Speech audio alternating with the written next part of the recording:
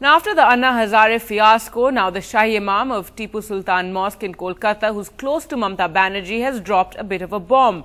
He said that he likes the fact that Rahul Gandhi is going all out against Narendra Modi and the BJP, and he feels that Mamta needs to sharpen her attack, and if push comes to shove on the 16th of May, Mamta should support the Congress. The Trinamool, which banks on over 25% Muslim vote in Bengal, has reacted with caution. The BJP is outraged.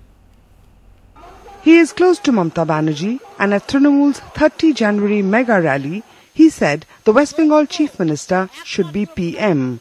But now, the Shahi Imam of Tipu Sultan Mosque feels Rahul Gandhi's attack on Narendra Modi is harder than Mamta's. She needs to raise her pitch and back the Congress in a crunch.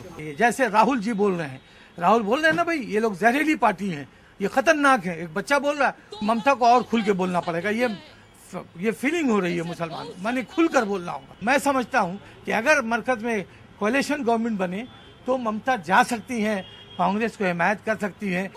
The Trinamool has reacted to the Shahi Imam with caution.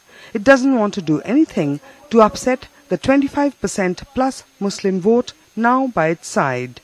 Again and again, time and again, Mamata Banerjee raised her voice that she doesn't want to see the face of any dangabaj.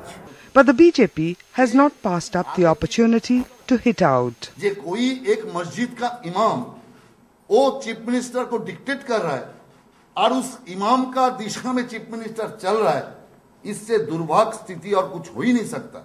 Mamta will have to do a fine balancing act.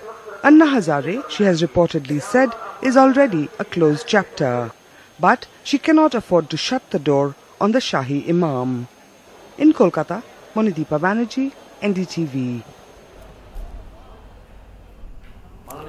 Now, artists in Bengal had deserted the left in droves during the Nandigram saga, and now just ahead of the polls, two prominent personalities, one from film and one from literature, who had remained with the left, have jumped ship. Ostensibly, they changed loyalties to support theatre actor Arpita Ghosh, who was fielded by the Trinamool. The arts must have a voice in parliament, they say, but many are seeing the switch as opportunistic. The two who switched loyalties were poet Subodh Sarkar and actor Arindam Sil.